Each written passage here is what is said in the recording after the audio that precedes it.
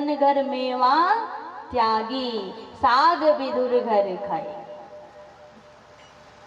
दुर्योधन के घर याद आ गया, छोटा सा दृष्टांत है, और इस दृष्टांत को देख करके मैं सिद्ध करूंगी कि कभी क्यों कहा है कि दुर्योधन घर मेवा त्यागी। कहा दुर्योधन के पत्नी का नाम था भानुमति, और जहां भाव नहीं वहां भगवान नहीं। सोचेंगे, जहां भाव नहीं है, जहां समर्पण नहीं है, वहां भगवान नहीं है। निमंत्रण दिया खाने के लिए कन्हैया को, कौन? दुर्योधन। कहा कन्हैया हमारे यहाँ भोजन करने के लिए आ जाना। कन्हैया बोले ठीक है आ जाऊंगा। और जब कन्हैया पहुंचे भोजन करने के लिए तो 56 भोग बना था, और वो कार्य कोई और नहीं किया था। कहा दुर्योधन की पत्नी रच रच करके अपने हाथों से, यानी भानुमति 56 भोग बनाई थी कन्हैया के लिए। और जब कन्हैया भोजन करने के लिए बैठे न, तो पर्दा के पास खड़ी हो गई। पर्दा के पास खड़ा होकर पर्दा गिरा दी थी, और देख रही थी कि कन्हैया कैसे भोजन कर रहे हैं।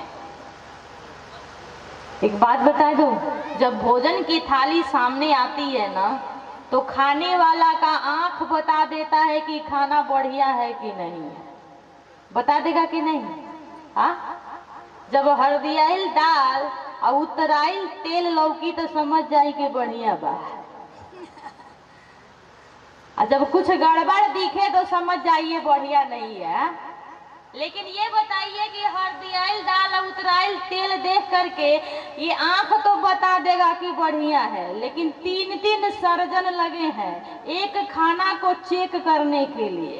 पहला सर्जन आंख, दूसरा है नाक, तीसरा है जिह्वा। हाँ, बहुत सुंदर, जिह्वा, मुख। 3-3 सर्जन भगवान फिट किए हैं हमारे शरीर में, जो चेक करते हैं स्वाद कैसा है। मानिए खाना देखने में बहुत बढ़िया दिख रहा है, एकदम अच्छे से बना है, तो आंख पास कर देगा, अरे खा लो बहुत अच्छा है। लेकिन वो बासी हो, भोजन बासी हो, तो आंख बता पाएगा? इसके लिए दूसरा सर्जन बैठा दिए भगवान। देखिए हमारे परमात्मा की व्यवस्था एक नंबर की है, चाहे आप माने या ना माने। परमात्मा की व्यवस्था सबके लिए एक है, क्योंकि ये तीनों सर्जन हम सबके अंग में, सबके, किसी एक के नहीं, सबको ये 3 चीज मिला हुआ है। कहा जब आपका भोजन देखने में बहुत अच्छा दिखे और वो बासी हो, तो आंख बताएगा नहीं ना। उसके लिए दूसरा सर्जन नाक, ये सूंघ करके बता देगा कि खाना खट्टा है, ये बासी है, खाने वाला नहीं है। लेकिन मानिए आपका भोजन बासी भी नहीं है और उसमें नमक ज्यादा पड़ गया है, तो ना ई सर्जन साहब बताएंगे या ना ई सर्जन साहब बताएंगे। उसके लिए बड़का सर्जन साहब बैठे हैं। जिह्वा बताएगी कि इसमें नमक कैसा है, हल्दी कैसा है, इसका टेस्ट कैसा है। खाने के लिए 3 सर्जन का होना बहुत जरूरी है।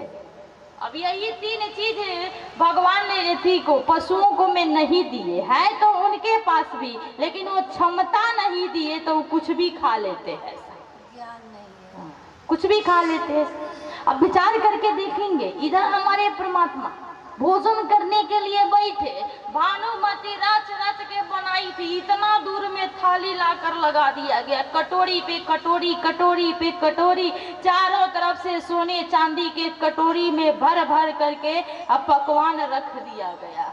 और कन्हैया बैठे, तो कन्हैया को तो पता ही था कि ये भोजन है, लेकिन इसमें भाव अगुमान गोविंद ही भावत नहीं, भगवान को अहंकार नहीं भाता है। भगवान से पूछा गया आप क्या खाते हैं? कहा जब मैं सुबह में सोकर उठता हूँ ना तो अपने भक्तों के अहंकार को खा लेता हूँ कि भक्त के ऊपर कभी उनके अंदर अहंकार न आए, क्योंकि अहंकार होता है तो पतन हो जाता है। भगवान खाना लिए सब एक एक कटोरी उठाए और बड़का परात में रख लिए। सब जितना 56 भोग था सबको एक परात में डालकर और जैसे खिचड़ी चलाया जाता है वैसे चला दे। बेचारी मर मर के रच रच के बनाई थी। जब कन्हैया को देखी कि मेरे भोजन का ऐसा गत बना दिया है, उसे एक ही में फेंट रहा है दही बड़ा के जैसे, तो अपना मुंह बिचका दी और मानो धीरे से बोल गई कि हम का जानी कि तू खिचड़िए खा लो। भगवान तो अंतर्यामी है, वो मन ही मन बोल दी कि हमको क्या पता कि तुम खिचड़ी खाते हो, खिचड़िए बना कर रख दी होती, ग्वाला हो तो क्या खाओगे, यही न खाओगे। वो हो गया।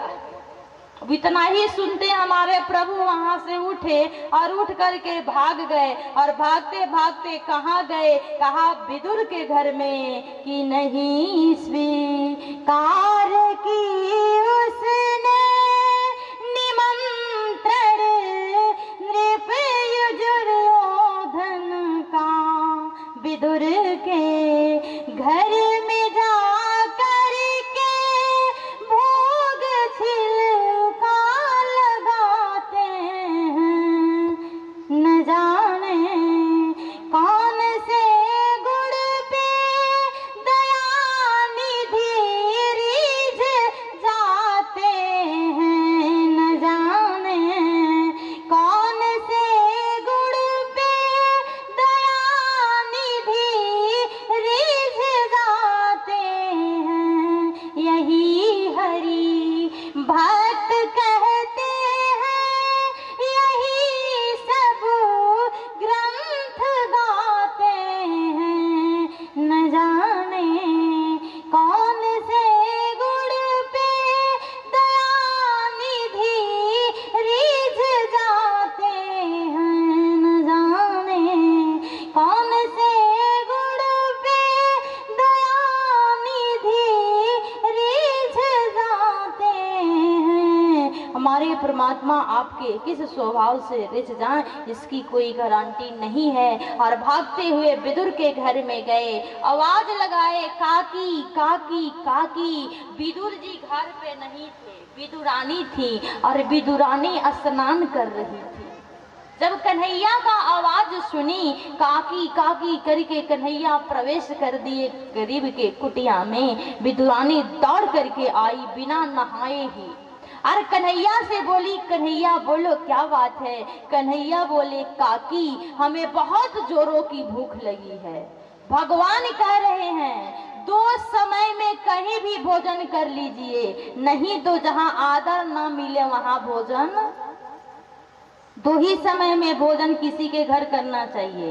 एक तो कोई प्रेम से, भाव से, श्रद्धा से आपको भोजन कराए तो भोजन कर लीजिए। और दूसरा, यदि भूख से आपकी प्राण निकल रही है, भूख से आप कांप रहे हैं, छटपटा रहे हैं, उस स्थिति में आप किसी के घर भी भोजन कर सकते हैं। नहीं तो यदि भाव नहीं है और आप भूखों नहीं मर रहे हैं तो किसी के घर भोजन करना भी पाप है। ऐसे नहीं करिए 2 ही समय में।